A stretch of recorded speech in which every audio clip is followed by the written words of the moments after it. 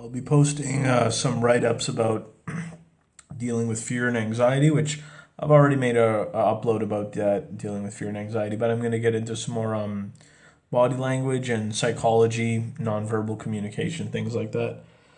Now, there's a lot of content you can get on the internet for free PDFs that you can just look up on Google.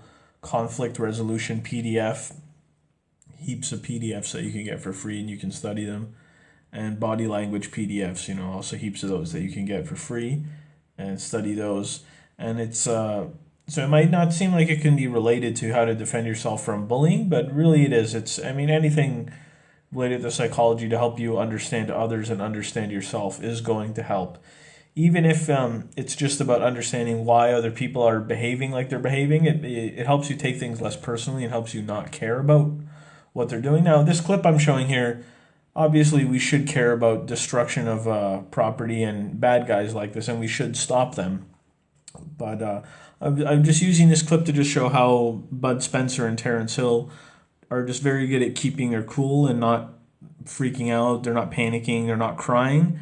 And that's the kind of stuff that, I want to go over, to be like, when there's a high stress situation and you're not feeling cool, how to keep yourself cool so that you look like you're actually cool, even when you're not. Because if you appear like you're calm and you're relaxed and you're not intimidated, then that's how other people are going to be treating you. And then again, it's like with if you're presenting yourself as a strong alpha male, you can be challenged. Someone can check you or try to move up their social status by defeating you. So it's going to depend on the situation where you're going to use that. Because if you're being very dominant and you're putting that out, another person who's trying to be dominant in that situation could try to make you submit to them.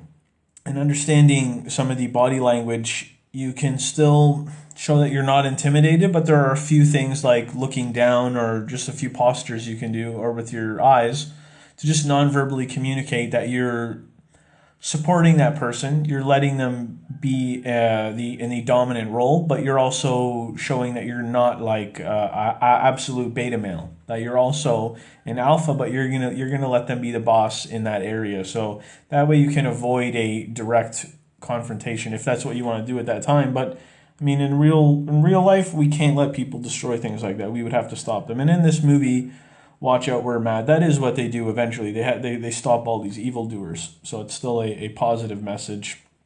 And this last little bit here with the car, they use a bit of verbal martial arts to avoid a direct confrontation, then they just leave the situation and they don't get their car smashed in. So that's the highest level of martial arts, and that's what you want to be at, with dealing with bullying. You don't want to actually get to that point where you have to fight somebody. Sometimes you do, sometimes there's no other way. But the absolute best way is to just avoid that completely and avoiding conflict in the future. So if you are able to get out of a situation, let's say you do use violence, you're setting yourself up for more conflict in the future. That's called the first battle and the second battle. Almost out of time for this clip, so just read the comments in the description. And this stuff is very useful for helping relax yourself so you don't get stressed out and you don't look stressed when you are stressed.